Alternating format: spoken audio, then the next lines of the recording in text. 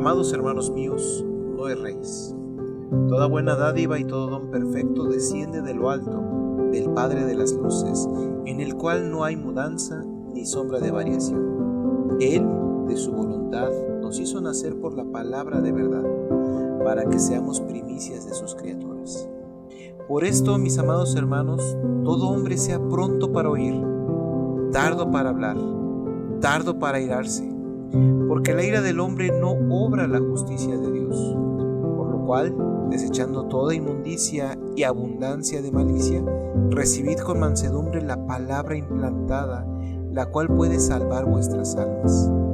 Pero sed hacedores de la palabra y no tan solamente oidores, engañándoos a vosotros mismos. Porque si alguno es oidor de la palabra, pero no hacedor de ella, este es semejante al hombre que se considera en un espejo su rostro natural. Porque él se considera a sí mismo y se va, y luego olvida cómo era. Mas el que mira atentamente en la perfecta ley, la de la libertad, y persevera en ella, no siendo oidor olvidadizo, sino hacedor de la obra, éste será bienaventurado en lo que hace. Si alguno se cree religioso entre vosotros y no refrena su lengua, sino que engaña su corazón, la religión del tal es vana. La religión pura y sin mácula delante de Dios el Padre es esta: visitar a los huérfanos y a las viudas en sus tribulaciones y guardarse sin mancha del mundo. Santiago 1, versos del 16 al 27. Amados hermanos, estas cartas escritas por Santiago, Pedro y Juan no fueron dirigidas a alguna iglesia en particular. Santiago, uno de los hermanos del Señor Jesús, creyó tardíamente en él.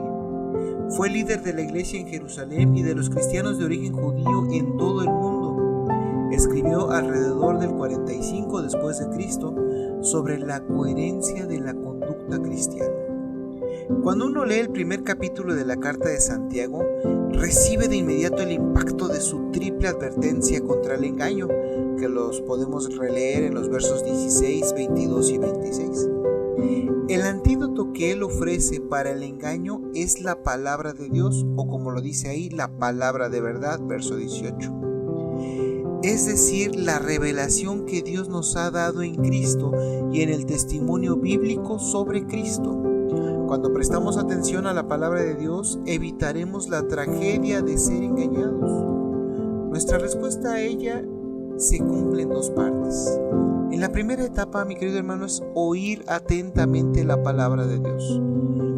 Todos deben estar listos para escuchar y ser lentos para hablar, como dice la Nueva Versión Internacional.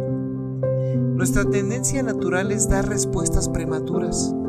Nos apuramos a dar nuestra opinión, olvidando que la boca de los necios hablará sandeces, Proverbios 15:2. Por lo general, lo último que hacemos, cuando en realidad debería ser lo primero, es poner freno a nuestra lengua y escuchar.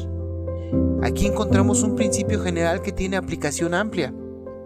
Es mejor escuchar que hablar. Escuchar respetuosamente es un valioso secreto de cualquier relación armoniosa. Y es especialmente cierto respecto a nuestra relación con Dios. Él ha hablado y nos invita a escuchar su voz.